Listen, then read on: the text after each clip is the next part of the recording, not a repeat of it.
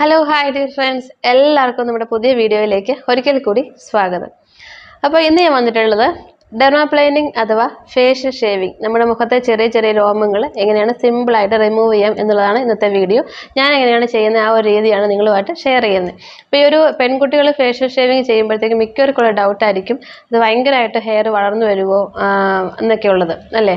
പൊതുവേ എല്ലാവർക്കും കോമൺ ആയിട്ടുള്ളൊരു സംശയമാണ്. അപ്പം ഞാൻ ഒരു +2 പഠിക്കുന്ന സമയത്ത് എനിക്കിങ്ങനെ ചെറിയ അപ്പർ ലിപ്പിൽ ചെറുതായിട്ട് ടൈനി ഹെയർസ് ഉണ്ടായിരുന്നു, അതായത് പൊടിമീശ പോലെ. അപ്പോൾ എന്നെ ബോയ്സൊക്കെ പൊടിമീശക്കാരെ എന്ന് വിളിച്ച് കളിയാക്കുമായിരുന്നു. ആ ഒരു സമയത്ത് ഞാൻ ഒരിക്കലും അച്ഛൻ്റെ ഷേവിങ് സെറ്റ് വെച്ചിട്ട് ഷേവ് ചെയ്തു. പക്ഷേ അത് ശരിക്കും മനസ്സിലാകും, നമ്മൾ ക്ലീൻ ഷേവ് ചെയ്ത ആ ഒരു രീതി വരും. അപ്പോഴത്തേക്കും പിന്നെ അങ്ങ് ചെയ്തിട്ടില്ലായിരുന്നു.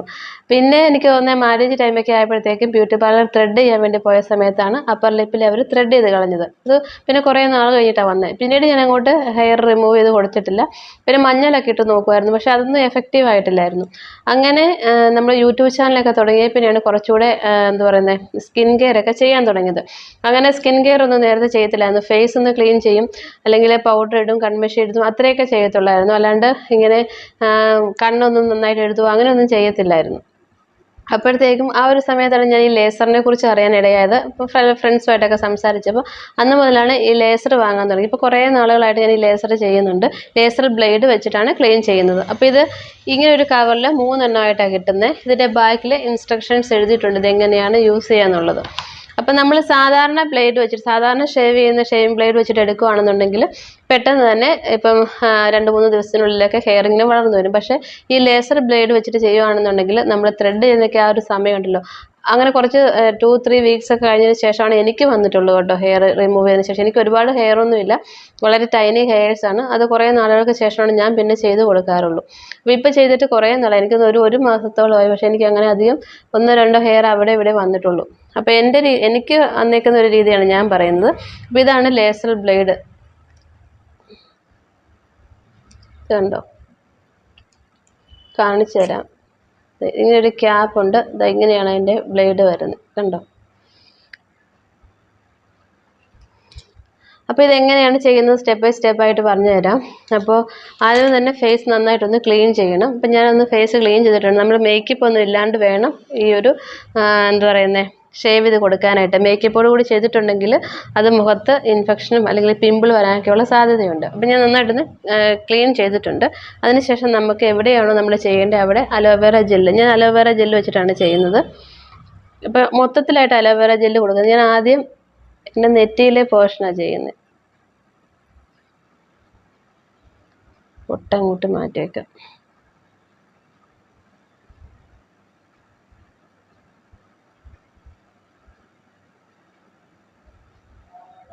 ഐബ്രോ ഞാൻ അത്ര അങ്ങനെ എടുക്കാറില്ല, കാരണം എനിക്ക് ഐബ്രോ വീതിയിൽ തന്നെ ഇരിക്കുന്നതാണ് ഇഷ്ടം. നെറ്റിയുടെ ഭാഗമാണ് കുറച്ചൊന്ന് കട്ടിയുള്ള സ്കിന്നുള്ളത്. അപ്പോൾ ഇവിടെയാണ് കുറച്ചുകൂടെ നമുക്കിവിടെ ചെയ്യുമ്പോഴത്തേക്ക് ഐബ്രോയുടെ അവിടെ വരുമ്പോഴത്തേക്ക് ഒന്ന് കെയർഫുള്ളായിട്ട് ചെയ്ത് കൊടുക്കണം. പെട്ടെന്ന് ആ ഒരു ഫോഴ്സിൽ തെന്നിപ്പോയിട്ട് ഐബ്രോ കട്ടാവാനുള്ള സാധ്യതയുണ്ട്. അപ്പോൾ അത് ആദ്യം നെറ്റിയിൽ മാത്രം ചെയ്ത് കൊടുക്കുക.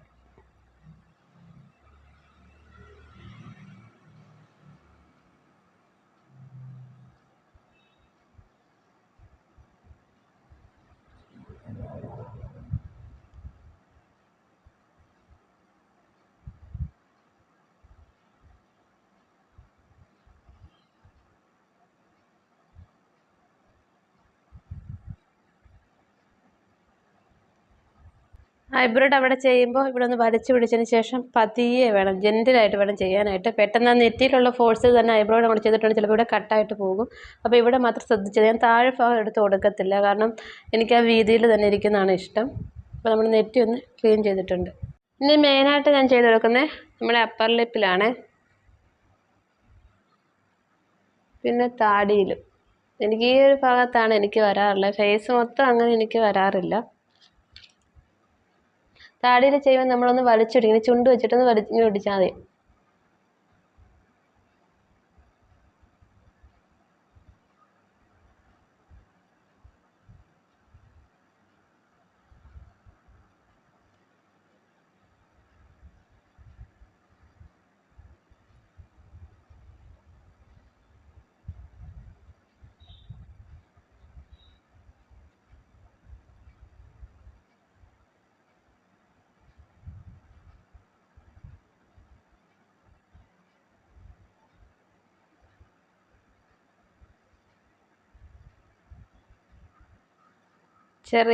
വളരെ ചെറിയ ഹെയർസാണ് എൻ്റെ ഇവിടെ ഉള്ളത്. അതത്ര അറിയാൻ പറ്റത്തില്ല.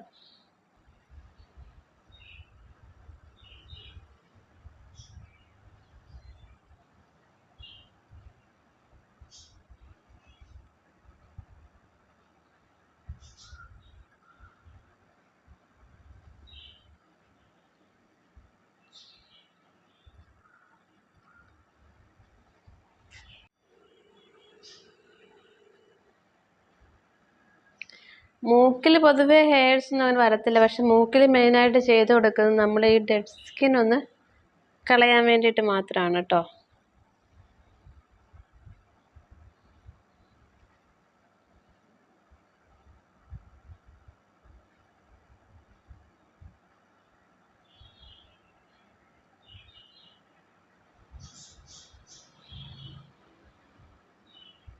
ഈ ബ്ലാക്ക് ഹെഡ്സ് വൈറ്റ് ഹെഡ്സ് ഒക്കെ വരത്തില്ല, അതൊന്ന് സ്റ്റീം കൊടുത്തതിന് ശേഷം ഒന്ന് ഇങ്ങനെ ഞെക്കി പിടിച്ച ശേഷം ഒന്ന് ലേസർ വെച്ചിട്ട് കളയുവാണെങ്കിൽ അത് കംപ്ലീറ്റ് ആയിട്ട് പോയി കിട്ടും.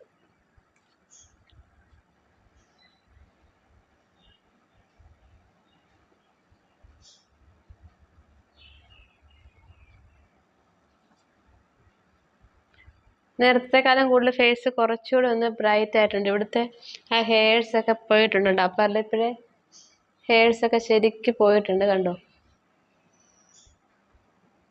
പിന്നെ ഐബ്രോ ഇവിടുത്തെ ഞാൻ എടുത്ത് കൊടുക്കത്തില്ല, എനിക്ക് ഐബ്രോ വീതിയുടെ തന്നെ എടുക്കുന്ന ഇഷ്ടം.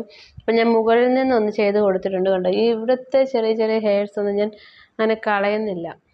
എനിക്ക് ഐബ്രോ എടുക്കുന്ന അങ്ങനെ ഇഷ്ടമില്ല. കാരണം ഞാൻ ബ്യൂട്ടി പാർലറിൽ പോയിട്ട് ഐബ്രോസ് എടുക്കാറില്ല. എനിക്ക് ഐബ്രോ എടുക്കുമ്പോൾ ആ ഒരു വേദന ഒട്ടും സഹിക്കാൻ പറ്റത്തില്ല.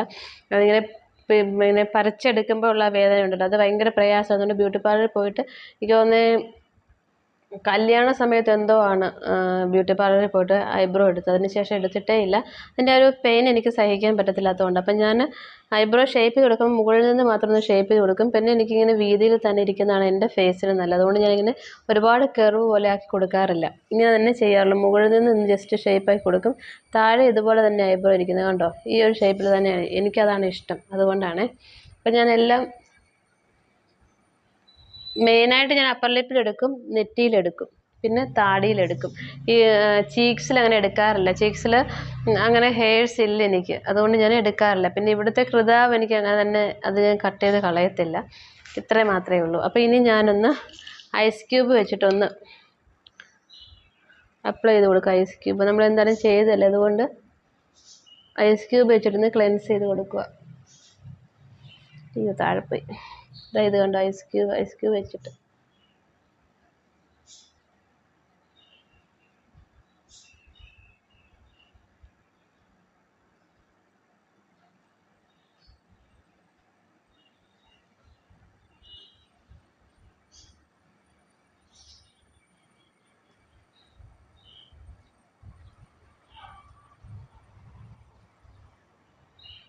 ഒന്ന് വാഷ് ചെയ്തിട്ട് വരാമേ.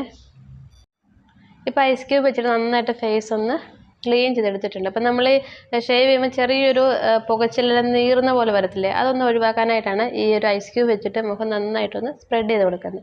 ഞാനൊന്ന് തുടച്ചെടുത്തിട്ടുണ്ട്. ഇനി ഞാൻ ചെയ്യുന്നത് റോസ് വാട്ടർ വെച്ചിട്ട് നന്നായിട്ടൊന്ന് അപ്ലൈ ചെയ്ത് കൊടുക്കും. അപ്പോൾ റോസ് വാട്ടർ നല്ലൊരു സൂത്തിങ് എഫക്റ്റ് കിട്ടും റോസ് വാട്ടർ ചെയ്യുമ്പോൾ. അപ്പോൾ റോസ് വാട്ടർ 2 ടൈപ്പ് ഉണ്ട്. നമ്മൾ റെസിപ്പിയിലൊക്കെ യൂസ് ചെയ്യുന്നതുകൊണ്ട് സ്കിൻ ഫേസിന് വേണ്ടിയിട്ടുള്ളതുകൊണ്ട് അതാണ് എടുത്തേക്കുന്നത്. അപ്പോൾ കുറച്ച് റോസ് വാട്ടർ എടുത്ത ശേഷം ഒന്ന് അപ്ലൈ ചെയ്ത് കൊടുക്കുക.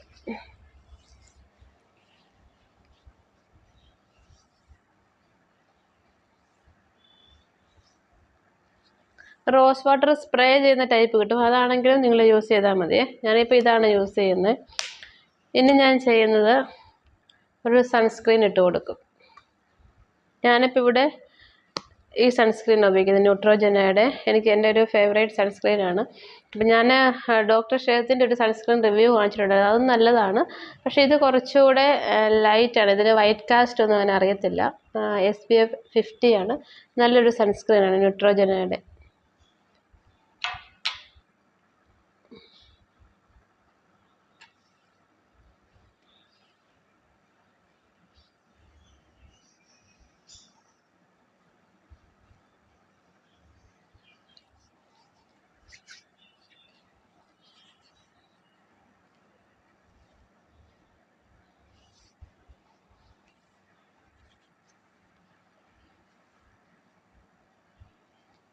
ഇത് നല്ലൊരു സൺസ്ക്രീനാണ്. സ്കിന്നിലേക്ക് പെട്ടെന്ന് തന്നെ അത് ബ്ലെൻഡ് ആവും. കണ്ടോ? നമ്മൾ പിന്നെ ഈ ഫേഷ്യൽ ഹെയറൊക്കെ റിമൂവ് ചെയ്യുമ്പം നമ്മൾ എന്തെങ്കിലും എന്താ പറയുക ക്രീമോ അല്ലെങ്കിൽ സൺസ്ക്രീനോ ഒക്കെ ഇട്ട് കഴിയുമ്പോഴത്തെ ഫേസിലേക്ക് ഇത് പെട്ടെന്ന് തന്നെ ബ്ലെൻഡ് ആയിട്ട് വരും. അപ്പോൾ ഇന്നത്തെ വീഡിയോ ഇത്രയേ ഉള്ളൂ. കുറച്ച് പേർക്കൊക്കെ പ്രയോജനപ്രദമാകുമെന്ന് വിശ്വസിക്കുന്നു. അപ്പോൾ എൻ്റെ ഈ ബ്യൂട്ടി വ്ളോഗൊക്കെ ഇഷ്ടപ്പെട്ടിട്ടുണ്ടെങ്കിൽ തീർച്ചയായിട്ടും നിങ്ങളുടെ അഭിപ്രായങ്ങൾ അറിയിക്കണം. ഇഷ്ടപ്പെടുകയാണെങ്കിൽ ലൈക്ക് തരാൻ മറക്കരുത്. പുതുതായിട്ട് കാണുന്ന കൂട്ടുകാരാണെങ്കിൽ ചാനൽ സബ്സ്ക്രൈബ് ചെയ്യാനും മറന്നു പോകരുത്. ഇനി നിങ്ങൾക്ക് എന്താ പറയുക യൂസ്ഫുൾ ആകുന്ന കുറച്ച് വീഡിയോസുമായിട്ട് വരാം. Thank you and keep on watching Ramya's cuisine world. Thank you. By.